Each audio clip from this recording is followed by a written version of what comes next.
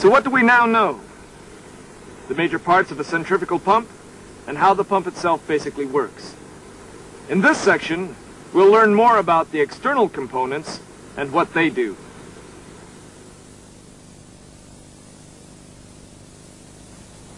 This is the second section of a 4-section module on centrifugal pump principles.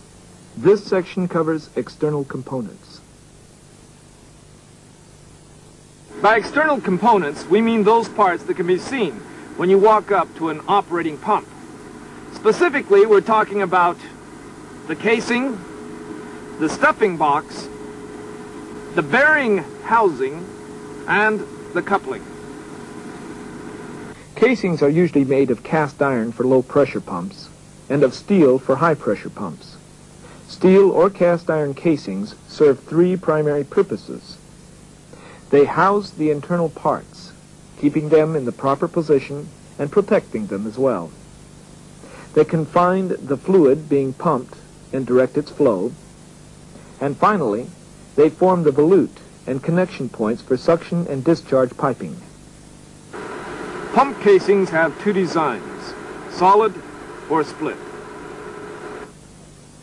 Solid construction casings have a removable cover or faceplate that gives you easy access to the impeller. They're called solid because the discharge casing is one piece. Split construction pump casings are either axial or radial. They're axial if the split is along the center line of the shaft. If it is, the upper half of the casing can be removed, giving easy access to the pump shaft, impeller, and bearings. Radial splits are perpendicular to the center line of the shaft. The advantage of this design is that the casing can be made up in segments and bolted together to form one pump. With some larger centrifugal pumps, there's a gland sealing line that supplies sealing fluid to the packing in the stuffing box. Most often, the sealing line delivers fluid to the stuffing box from the upper casing. Sometimes, though, the sealing fluid may come from an external source, particularly if the pump is pumping a corrosive or abrasive substance. There's another difference on larger centrifugal pumps. The external section of the lower casing half may form a small open well to catch fluid leakage. There's a pipe called a slop drain at the bottom of this well. Leakage can be drained through this pipe. Now let's take a look at the stuffing box. It holds the packing gland. That gland, in turn, is designed to regulate fluid leakage around the shaft. We'll talk more about pump packing in the next section. A gland follower is also found with the stuffing box. Basically, it's a bushing designed to hold and compress the packing gland in the stuffing box. Bolts usually hold gland followers in place. They're also used to adjust the gland follower's position.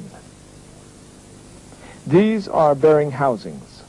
They support and protect bearings. There are different types of bearings. We'll look at them and their purposes in the section 3. Right here, next to the bearing housing, are flinger rings, or shields. They're attached to the pump shaft and fling fluid leakage from the packing gland away from the pump shaft. That keeps the fluid from leaking into the bearings. You already know that on most centrifugal pumps, couplings join the shafts of the driver and the pump.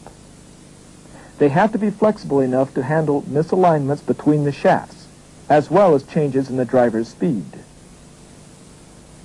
Alignment of both shafts is critical for good, smooth operation of the pump as a whole. If they're not aligned correctly, the shafts and other pump parts will vibrate. If that vibration gets serious, it can put enough pressure on the shafts and couplings to break them. Vibration can do other damage too. It can cause bearings to wear, internal parts to rub, and impellers to become unbalanced. Now this is just to name a few of the problems. When any of these occur, we've got downtime and equipment that needs to be repaired.